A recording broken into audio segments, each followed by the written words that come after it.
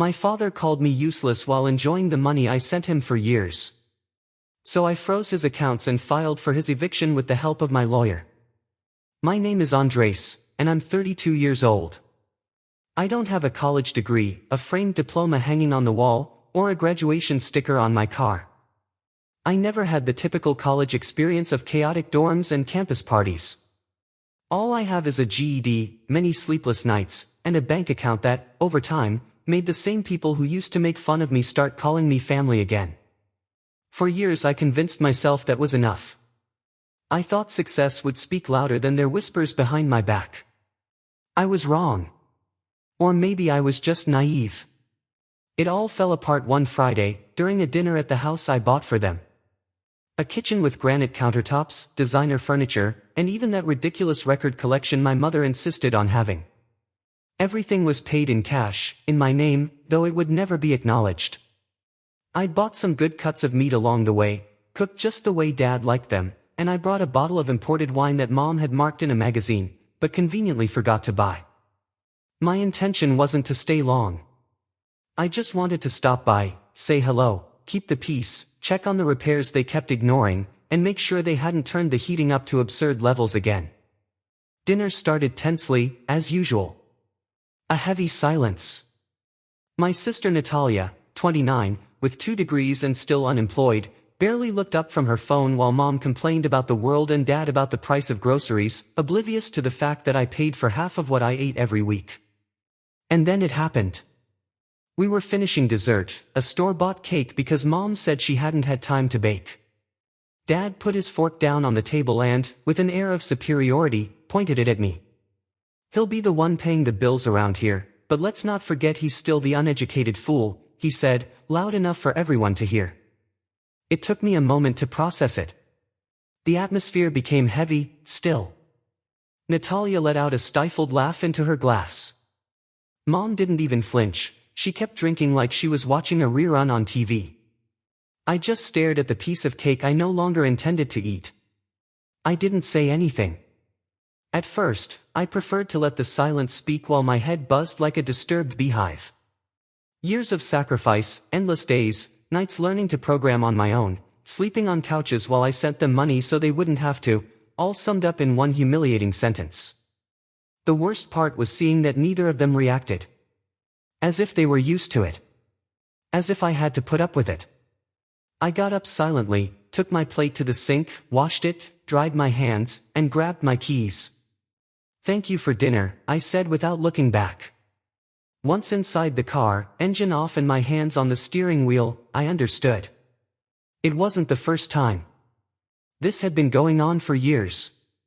Every party, every visit, every message asking for help with an account without a thank you. Always the same pattern, mockery for not having an education, constant demands, never a show of gratitude. That night, sitting on the sofa in my downtown apartment, the one none of them ever mentioned, I turned on my laptop. I felt neither anger nor sadness. Only stillness, precision. As if I were about to perform surgery. The first thing I deactivated were the automatic grocery orders I had scheduled. Then, the streaming account. Later, I checked the services that were in my name: water, electricity, internet, where Dad watched all his games. I didn't cancel them outright. I just changed the dates so that the next cycle would be her responsibility. Then I accessed the shared cloud I had created for Mom. I didn't delete anything. I wasn't cruel. I just locked my access, changed the passwords and recovery information. For the first time, they would have to fend for themselves. Finally, I opened my banking app. There it was, the automatic transfer of $1,200 a month for a second mortgage they never told me they had refinanced. 3 years paying without knowing it. One click and it was over. But it wasn't over yet. I reviewed a document that made my stomach churn every time I saw it, the power of attorney I signed when Dad had a health problem. Since then, I'd quietly handled his taxes, loans, and investments. I prepared the formal revocation and completely disassociated myself from him. I didn't feel anger. I felt relief. Each confirmation was like a weight being lifted. And I wasn't in a hurry. I didn't send reproaches, nor did I make a scene. It was a quiet, planned retreat, like the tide receding before a storm. I knew they wouldn't notice right away. They were too used to everything working on its own, as if by magic. But the time would come. When the water ran out mid-shower, when the internet failed during a game, when they got a call from the bank about the mortgage. Then they would understand. The next day, Natalia texted me, "Thanks for dinner. Could you at least have laughed at Dad's joke, or is this some kind of prank?" I didn't answer. I just opened a file they were forbidden to see and checked the numbers. I started writing a message, not for them, but for someone else. It was for my lawyer, Valeria. The same one who helped me when I was just a freelancer with a refurbished laptop and an idea. Valeria is brilliant. She doesn't flinch when a client says, "I want to financially detach myself from my family." He checks everything. Every blind signature, every legal commitment. He asked me in a late-night video call, "Are you sure you want to do this now? Have you been fixing his problems for years?" I replied firmly, "I'm not cleaning anything up anymore. I'm leaving, but I'll do it right." The following week was a list of closures. I removed their lines from the family phone plan and assigned them new numbers, giving them a heads up with a note hidden in an email they probably wouldn't read. I canceled the shared insurance. The additional card Dad only used in emergencies was canceled. Mom's makeup subscriptions, too. Each step brought a clarity I hadn't felt in a long time. It wasn't revenge, it was a conscious act of reclaiming boundaries that should never have been crossed. Only one detail was missing, the house. Technically, it was still in my name. 5 years ago, after landing my first major software development contract, I bought that property outright. I told them it was a gift, but for legal reasons, I registered it in my company's name. I took over the taxes, the upkeep, and even the incompetent gardener my father refused to fire, even after he completely ruined the irrigation system. But now I want her back. I didn't intend to kick them out right away. At least, not at that moment.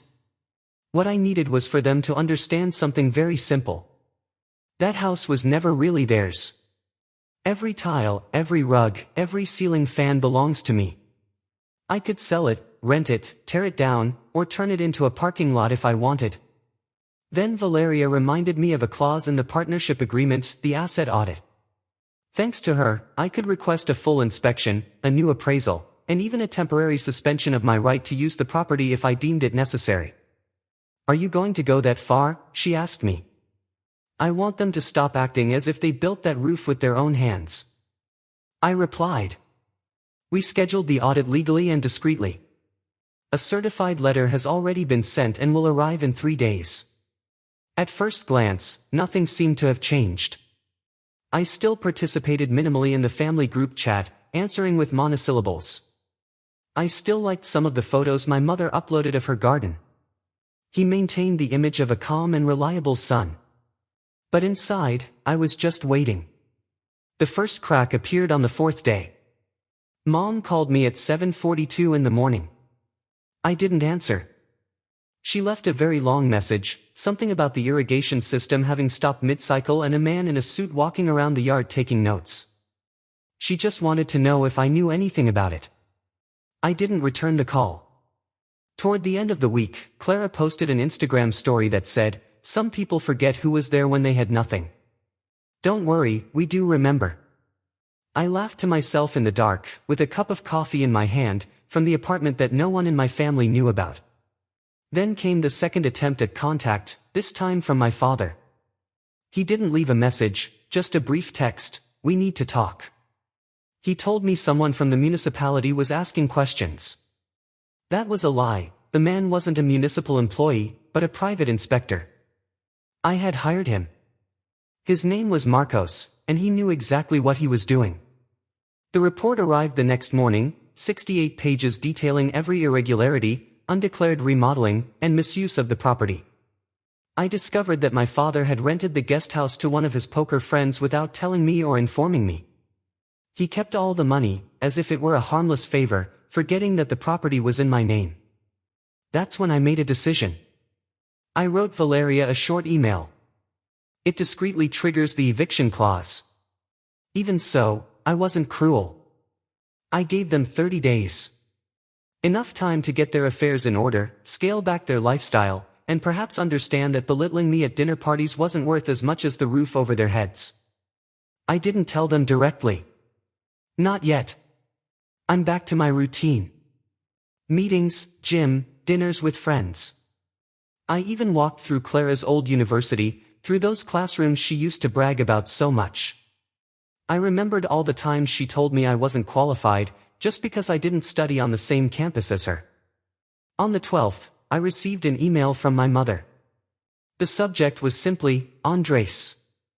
The body was brief. We received the notification. I don't understand why you're doing this. I stared at him for a while.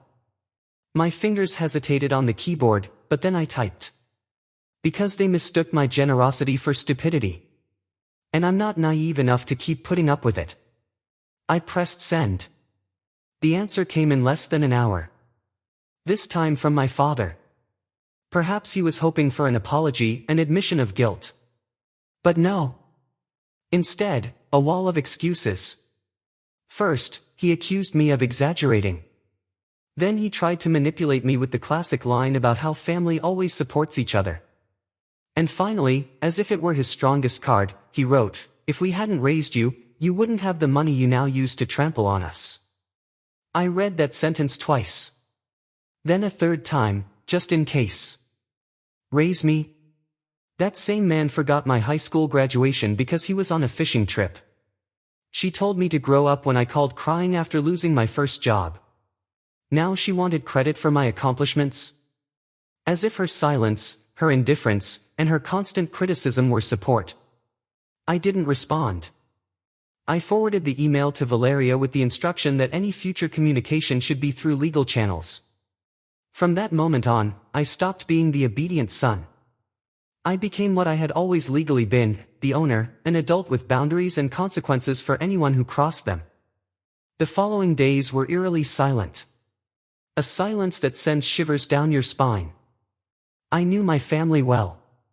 They weren't the type to back down gracefully. They would cry, blame, maybe even threaten. But apologize? That would require admitting they were wrong. And nothing frightened them more than losing that illusion of always being right. On the 17th, Clara showed up at my office. I don't know how she got the address. I'd never given it to her, and it wasn't posted anywhere. But there she was, at the reception desk, talking like she owned the place. I froze when I saw her through the glass. She seemed different, less haughty, more vulnerable. "Andres," she said as soon as I opened the door. "Can we talk? Just 5 minutes, please." I didn't invite her in. I stood in the hallway, arms crossed and expressionless. She sighed, as if she were considering faking a tear. "Look, I understand. They were hard on you. Dad went too far. But this is too much. Do you think I'm exaggerating?" I asked quietly, calmly, while affirming my decision to reclaim what was rightfully mine. "There are parents involved," Natalia added, as if that settled the matter. I let out a short, dry laugh, curious. "You only call them that when it suits you. Especially when I'm the one paying the bill." I looked at her, and for the first time, I noticed something different about her face. It wasn't anger, or sadness, or guilt. It was fear. A genuine fear. At that moment she understood he wasn't joking. "They have nowhere to go," she finally said, in a pleading tone. "You can't just kick them out." "They had 5 years to prepare, to build a safety net," I replied without hesitation. "I offered them everything, and every chance they got, they turned it down. This isn't revenge, Natalia. It's my way of finding peace." She tried to insist, but I had nothing left to say. I turned around and went back to my office, leaving her alone in the hallway. My assistant approached me. "Would you like an escort outside?" I shook my head. "No, leave her alone. Let her explain to Mom and Dad why their inexhaustible source finally dried up."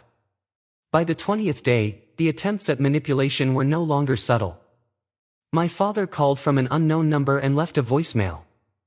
"I'm not asking for much. Just your time. Don't do anything impulsive. You're better than this." Then a text message arrived from my mother. "We're family. This isn't who you are."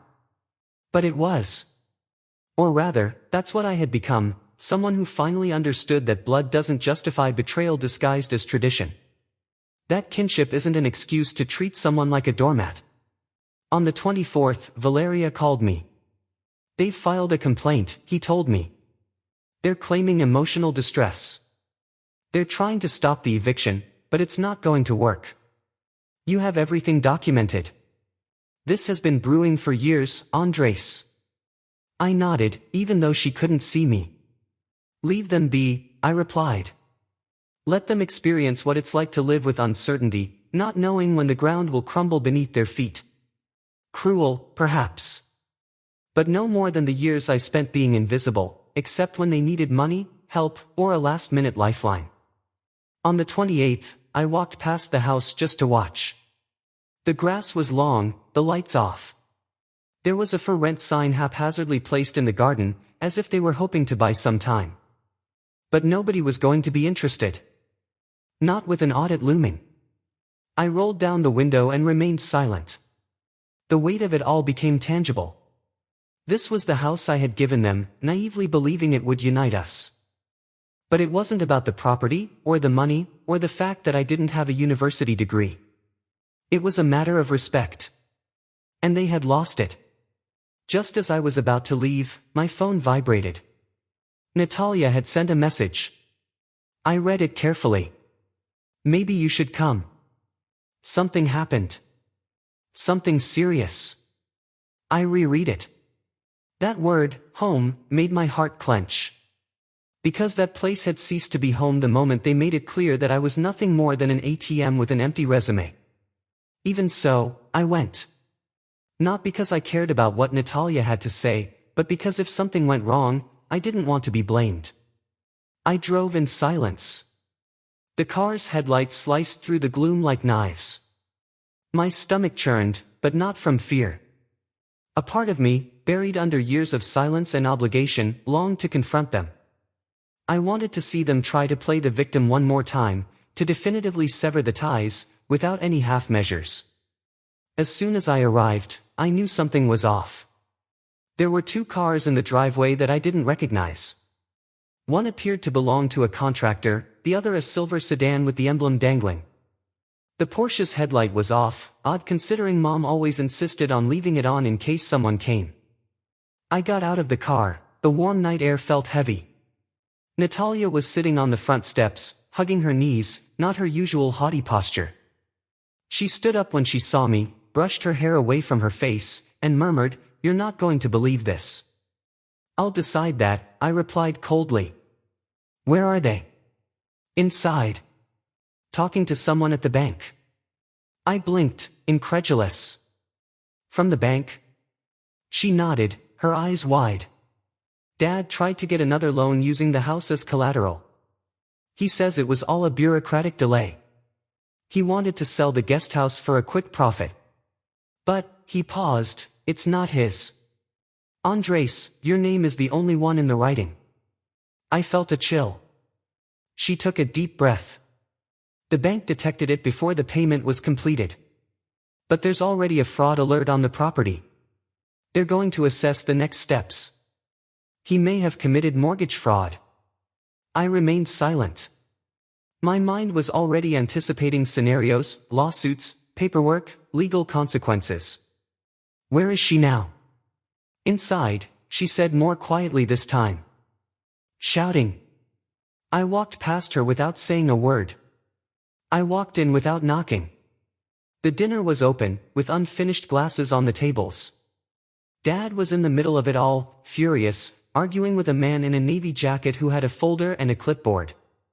"You don't understand," my father shouted. "This is all a misunderstanding. My son is the owner. It's family. There's no fraud." The man remained impassive. Sir, you submitted legal documents identifying you as the owner of this house. However, according to county records, it belongs entirely to Andres Calderon and is listed as an asset of a business entity. Furthermore, you submitted altered documentation. I didn't forget anything, Dad huffed. I just made a few copies. I adjusted the dates. It's not the same. I cleared my throat to make them stop. Dad turned around, pale. Andres, it's good you're here. Explain it to him. Tell him everything is all right. We're family. I stared at him. At the man who raised me with half-hearted praise and constant reminders that I'd never measure up to him. The same man who had now jeopardized his freedom by using my name to continue pretending to live a life I was funding. No, I said firmly. I'm not going to explain anything. He's on his own in this. The banker greeted me respectfully. Mr. Calderon, are you aware of the secondary mortgage attempt? I just found out, I replied. And I'll contact my lawyer immediately. If there's any liability that could fall on me, I need an official report. May I provide you with a copy? He said, opening the folder. This won't be pleasant. My father took a step forward, trying to regain his strong-willed demeanor, but his fear was evident. Come on, Andres, don't do this. You know I didn't mean to hurt you. I just needed time. Time. I repeated. Like the years I gave you while you mocked me. Like those dinners where you made fun of me for not having a college degree, while you enjoyed the money I earned. Those kinds of moments. My mother appeared in the hallway behind him, arms crossed, her face unreadable. She didn't say a word or try to justify herself. She just watched. Natalia came in a little later, pausing in the doorway with obvious discomfort. For once, she had no sarcastic remark to make. Not even a haughty smile. There were no jokes to ease the tension. I walked into the kitchen, my eyes taking in the granite countertops and glass backsplash my mother had chosen from a magazine I'd bought for her. I opened the refrigerator. It was almost empty except for a bottle of wine and a takeout box. There was no thank you note, no reminder that the house was mine. I went back to the living room and told them firmly, you have until the end of the week. After that, I'll change the locks. If they're still here, the sheriff will throw them out. I addressed my father calmly. Oh, and any legal consequences of your little joke with the loan are solely your responsibility. He opened his mouth to reply, but I raised my hand. That's all there is to it. I left before they could say anything else. I calmly closed the door and got into the car. I stood there for a few minutes, watching the headlights come on. Maybe my mother had finally moved. Or maybe Natalia had flipped the switch as she left. Then the phone vibrated. This time it wasn't a message from Natalia or my mother. It was a voicemail from someone I hadn't heard from in almost a decade. It was my Uncle Virgilio. We hadn't spoken since the last family gathering, when he surprised me near the grill with a paper plate in his hand and whispered, "You're not like them.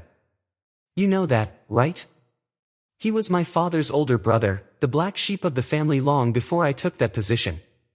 A mechanic, without a university degree, twice divorced, living in a trailer by the lake. But he had always seemed to me the only sane one among all those who shared our last name. His message was brief, direct, and to the point. Andres, I found out everything from Natalia. I know they let you down, I warned you years ago.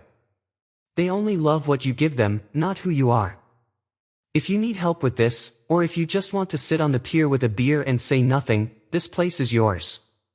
They no longer have the right to define you. Let them sink in what they themselves built. I stared at the screen for a long time. It wasn't the words themselves. It was the clarity, the absence of guilt, that peace in acceptance. I didn't know how much I needed to hear that, until I heard it from someone who wanted nothing to do with me. That last week was like a storm slowly building. My father tried everything, emails, calls, he even showed up at my door with a cooler full of steaks and an awkward smile, as if he thought we could fix things by cooking together. I didn't open the door, I didn't answer. I redirected all communication to Valeria. My mother's tone changed too. Her messages shifted from confusion to remorse, and then to despair. You're scaring us. This isn't like you. We're losing everything. The irony is that it was always mine. Only now are they beginning to understand. The movers, hired by me, not by them, arrived Friday afternoon. I made sure they were professional, careful, and respectful. I didn't want their belongings to get damaged. I just wanted them to leave. I stood in the driveway while they loaded the boxes onto the truck. My father remained on the porch, his arms resting on his knees, as if he had just realized the game was over and that he'd never had any pieces of his own. My mother was arguing with the manager about which items were truly essential. Natalia didn't show up. She had stopped responding after asking me to lend her $5,000. Only until everything is cleared up. By 3 p.m., the house was empty. The locks had been changed. The title was already in the hands of a real estate agency she trusted. She had interviewed 3 potential tenants. One of them was a single mother with a daughter who wanted to grow tomatoes in the garden. I accepted without hesitation. When the moving truck drove away, my father finally stood up and approached me. "Andres," he murmured, his voice breaking for the first time in a long time. "Can I ask you a question?" I didn't answer. I just looked at him. "Why did you wait so long to walk away?" I let the silence linger. Then I answered. "Because I believed that one day you would change. That if I gave enough, you would see me as a son. Not as a resource. Not as the clumsy one. Just as me." He looked away. "You were wrong," he said gently. "I know," I replied. "But no more." I got in the car and left without looking back. No speeches, no drama. Just peace. The following months were the most peaceful of my life.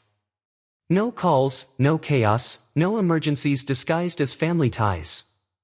The new family had already moved in. I stopped checking the family chat. No one had written since the day the locks were changed. At first, that silence seemed strange to me, but over time, I began to appreciate it. A few weeks later, on a Saturday morning, I went to the lake. Uncle Virgil was waiting for me on the dock with 2 beers, a lopsided smile, and a welcoming gesture, as if no time had passed. We sat on the old bench and watched the ripples on the water. "Are you okay?" he asked as he opened the can. I nodded. Now I was right. And for the first time in a long time, I wasn't lying.